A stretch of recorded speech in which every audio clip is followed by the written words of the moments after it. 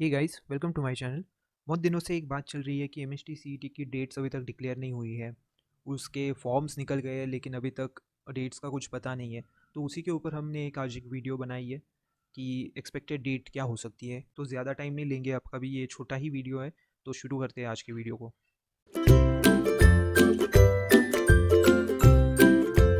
सबसे पहले हम इम्पोर्टेंट फैक्टर्स जो कंसीडर करने पड़ेंगे हमें, वो देखेंगे। तो सबसे पहले जो हमें कंसीडर करना है वो है कोविड-19। तो आप सबको जैसे पता है कि अभी केसेस बहुत ज़्यादा कम हो रहे हैं। तो कोविड-19 का सीन तो अभी काफ़ी स्टेबल है। तो लास्ट टाइम जब एग्ज़ाम हुआ था 2020 का, तो वो टाइम भी ऐसे ही केसेस आ रहे थे। 3 डिजिट्स में ही केसेस आ रहे थे, तभी भी एग्ज़ाम कंडक्ट की गई थी। तो इस बार भी शायद अभी अभी ही राइट टाइम है कि एग्ज़ाम कंडक्ट की जाए, क्योंकि इसके बाद थर्ड वेव आने के भी बहुत चांसेस बोले जा रहे हैं। फिर उसके बाद एक बहुत इम्पॉर्टेंट फैक्टर है कि पीसीएम और पीसीबी दोनों का एक साथ एग्ज़ाम होता है। तो उसमें 20 डेज़ का उनका पूरा शेड्यूल होता है। पहले 11 दिन पीसीबी का एग्ज़ाम होता है और उसके बाद के 9 दिन का पीसीएम का एग्ज़ाम होता है। तो ये भी फैक्टर हमें कंसिडर करना पड़ेगा कि 20 दिन का स्लॉट हमें चाहिए।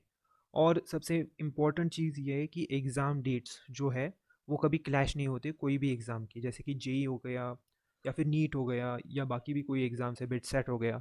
तो ये एग्ज़ाम्स का डेट कभी भी सीईटी के साथ क्लैश नहीं होता है। तो ये 3 फैक्टर्स हम दिमाग में रखेंगे और देखते हैं कि क्या डेट हो सकती है।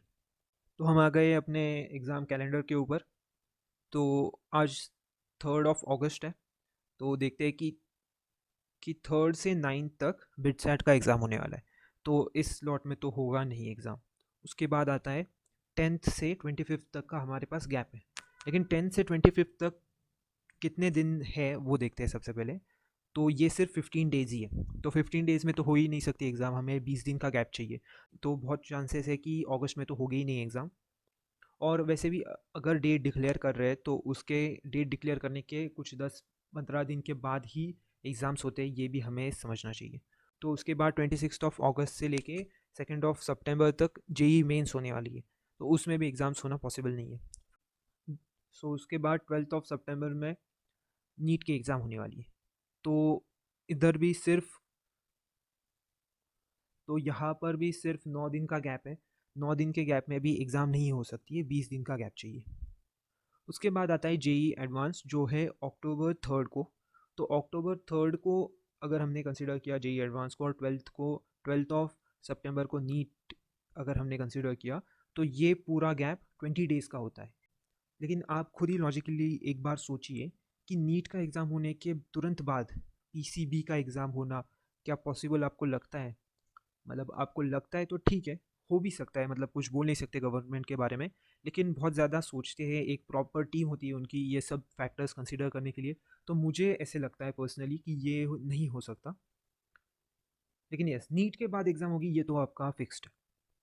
तो 13 से लेके 2 तक आपके 20 डेज़ है, 20 डेज़ का गैप है। लेकिन उसमें होगा या नहीं, बहुत मतलब कुछ कह नहीं सकते। उसके बाद आते हैं अक्टूबर में। तो अक्टूबर में आपका जेई एडवांस 3 को है, उसके बाद कोई भी एग्ज़ाम्स नहीं है। तो शायद ऐसे हो सकता है कि 5th को या 4th को भी, मतलब जो मंडे है वहाँ से भी आपके एग्ज़ाम्स हो सकती है। तो यही था एक छोटा वीडियो आप सबको बताने के लिए कि करंट सिचुएशन क्या है और कैसे एग्ज़ाम के डेट्स की प्लानिंग होती है।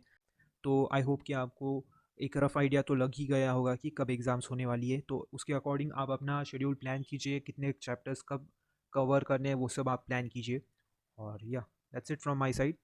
अगर आपको वीडियो पसंद आया तो प्लीज़ सब्सक्राइब कीजिए चैनल को और लोगों के साथ शेयर कीजिए वीडियो को।